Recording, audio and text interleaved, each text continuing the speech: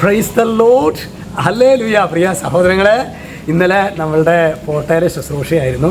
ശരിക്ക് ഞാനിപ്പോഴും പറഞ്ഞു, ആ ബലിപീഠത്തിൽ നമ്മൾ കയറി നിൽക്കുമ്പോൾ ഒരു സ്പെഷ്യൽ അനോയിൻറ്റിങ്. കാരണം കേരളക്കരയിലെ ഈ നവീകരണത്തിൻ്റെ കാറ്റ് ആഞ്ഞടിച്ച് തുടങ്ങിയത് പോട്ടയിലെ ശുശ്രൂഷകളിലാണ്. അപ്പോൾ അതുകൊണ്ട് എപ്പോൾ പോട്ടയിൽ പോട്ടയിൽ നിന്ന് കോൾ വന്നാലും അത് ബഹുമാനപ്പെട്ട സേവകമട്ടായിട്ടും പറഞ്ഞിട്ടുള്ളതാണ്. പോട്ടയിൽ നിന്നൊക്കെ കോൾ വന്നു കഴിഞ്ഞാൽ പിന്നെ അത് തിരസ്കരിച്ചേക്കരുത്, അത് സ്വർഗം നൽകുന്ന ശുശ്രൂഷയാണ്.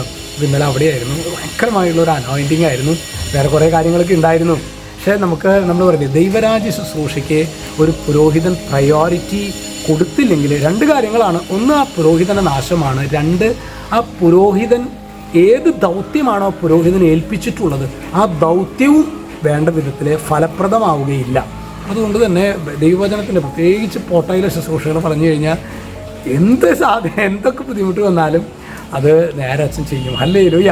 ഇത് നമ്മൾ ധ്യാനിക്കുന്നത് കൊരിന്ത്യർക്ക് എഴുതിയ 1-ാം ലേഖനം 15:10. അവിടെ വചനം പറയാണ്, ഞാൻ എന്തായിരിക്കുന്നുവോ അത് ദൈവകൃപയാലാണ്.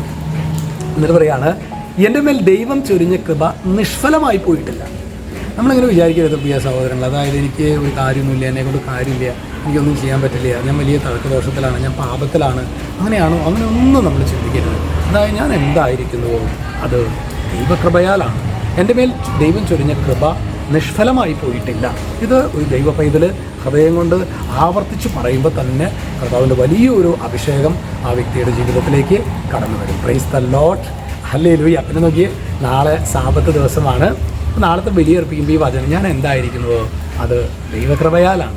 നമുക്ക് ഒരുപാട് കഴിവുകളും ഇതെല്ലാം ചിലപ്പോഴെങ്കിലും നമ്മൾ നോക്കുമ്പോൾ നമുക്ക് നമ്മുടെ ജീവിതത്തിലെ കുറവുകൾ മാത്രമേ കാണുന്നുള്ളൂ എങ്കിൽ നമ്മുടെ കാഴ്ചപ്പാടിൻ്റെ ഒരു വിഷയമാണ്.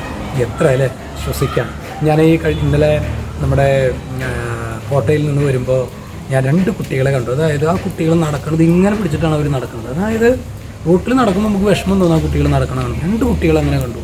അതായത് കുനിഞ്ഞു പോവില്ലാന്ന്, ഇങ്ങനെയാണ് അവർ പൊസിഷൻ എടുത്തിരിക്കുന്നത്. നടക്കാണ് എന്നിട്ട് റോട്ടിൽ ഒരു കൈ കുട ഇങ്ങനെ പിടിച്ചിട്ട് ഇങ്ങനെ മുകളിലിരിക്കുന്നു. ഇങ്ങനത്തെ രീതിയിലാണ്. അതായത് അവരുടെ ഒരുപക്ഷെ നട്ടെല്ലിൻ്റെ ക്ഷതം എന്താണെന്നറിയില്ല. ആ കുട്ടികൾ ശരിക്കും ദൈവം എത്രയോ നമ്മുടെ ജീവിതത്തിൽ എത്രമാത്രം ദൈവം നമ്മെ ബ്ലസ് ചെയ്തിട്ടുണ്ട് സഹോദരങ്ങളെ. അതുകൊണ്ട് ഞാൻ എന്തായിരിക്കുന്നു അത് ദൈവകൃപയാലാണ്. എന്നെക്കുറിച്ചിട്ടിപ്പോൾ ഒരു നെഗറ്റീവ് മാത്രമേ ഞാൻ പറയുന്നുള്ളൂ എങ്കിൽ എൻ്റെ കാഴ്ചപ്പാട് ഗൗരവമായ വിധത്തിൽ നമ്മൾ ആത്മശോധന ചെയ്യണം. ഈശോ നമ്മെല്ലാവരെയും സമൃദ്ധമായിട്ട് അനുഗ്രഹിക്കട്ടെ. വിശുദ്ധ യേശു ക്രിസ്തുവിൻ്റെ നാമത്തിൽ അനുഗ്രഹിക്കുന്നു. എപ്പോഴും എന്നേക്കും. ആമേൻ.